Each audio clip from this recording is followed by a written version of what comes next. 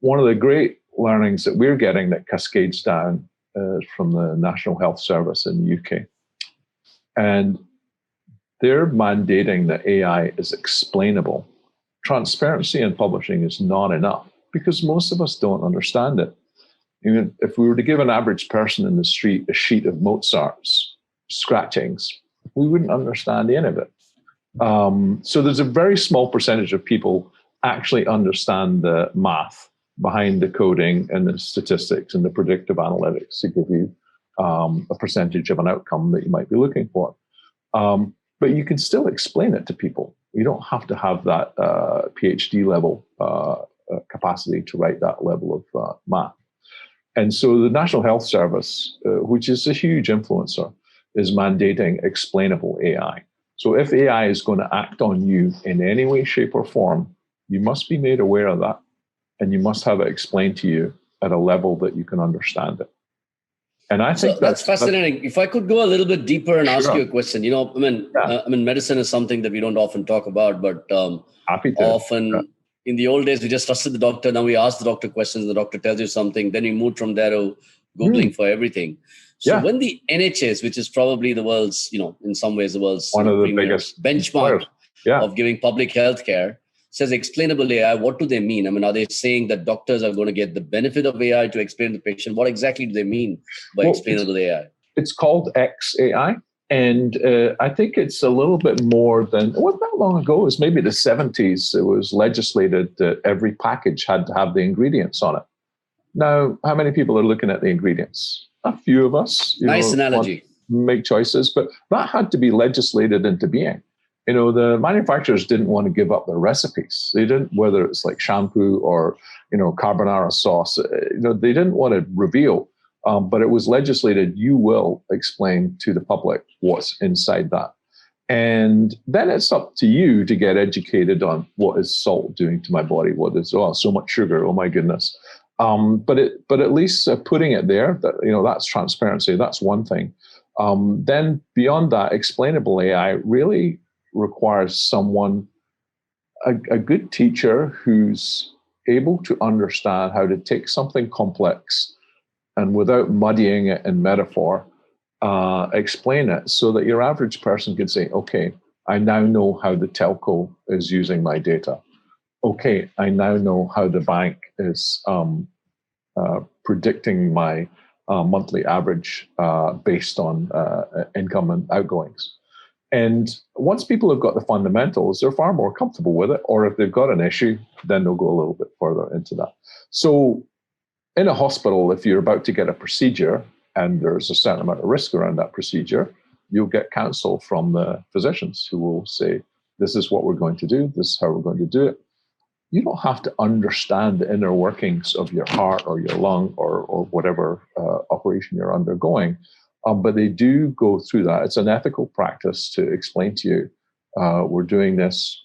We'd like you to sign off on this so you fully understand and you're comfortable with what we're doing. And if you're not, then we'll try another path. But as professionals, we believe you should do this. So and again, I'm just going to go one level deeper into that question. So where does the AI come in? So the doctor's in you, he's about to operate on you, he's going to do a procedure. So what happens? I mean, is that the AI is popping up and saying, hey, you got to tell these things, here are the 10 things, or give him a sheet of paper to the patient. Well, so is it a human plus machine kind of a thing when we talk about explainable AI? I'm a big believer in human plus. Really, the hospitals in the US that are doing predictive analytics, when people are entered into the emergency trauma, they will quickly gather metrics, try and find whatever medical records might be available about you, and it'll predict if you're going to be alive or dead in 30 days. Now, that's kind of scary information, but the hospital then uses that augment to the best of the doctors appreciate that type of, because they've been harvesting this information for years. And this at 96% accuracy today. It's just going to get better with more data. And so the doctors are saying, wow, it's worse than I thought. We better think about it differently. Or, oh, it's not as bad as I thought. Or they maybe want to check it again. But having that supplemental vast amount of information that you can draw upon, it's got to improve medicine. And I think every doctor, whatever ego is involved, would happily take a second opinion from an AI rather than a competitor in the same realm. So I think that, and the AI is going to consume more than a single human can consume in their lifetime.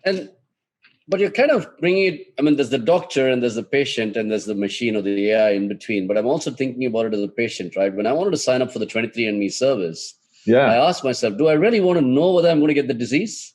Or am I happily, blissfully ignorant? When I get it, I'll handle it. No, it's, that is a great example. And there's lots of funny anecdotes around that for the beer you promised me. But it's, I mean, those are choices. Some people just like, I don't want to know, just do what you need to do. And other people, I think most of us reasonably saying, explain it to me one more time, or just help me understand what's going on. And then, of course, there'll be the super curious minds that want to really just keep going and say, well, how do you know this? Where did you get that information? What data set has been fed in to tell you that 3,000 people who've got the same condition as me had this spectrum of outcomes?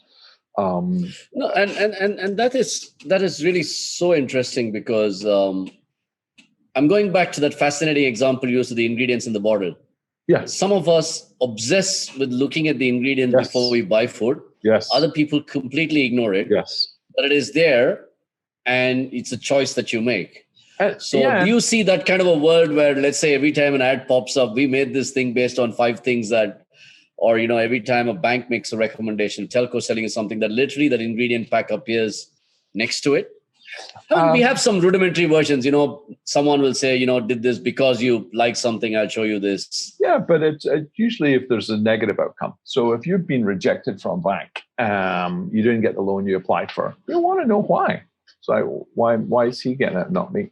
And for sure, there's been lots of discriminatory practices that go on within banks. Part of my life inside of a bank was revealing truth and fairness in lending, which is a legal position that the US government takes. The government will come down on a bank like the hand of God if they are discriminating along gender lines, racial lines, people with disability.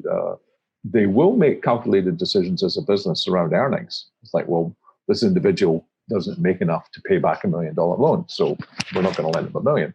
But you need to understand why you're being denied something. For whatever that institution's position is, and I think if it's a piece of negative news, most people will interrogate that because it will not be a satisfactory answer, and whether that's a health thing or a commercial thing, or it needs to be explainable, and that's why I think spending a bit of time in around ethics and AI, how companies need to have good baseline understanding of how AI is being used so that they can explain it to their customers.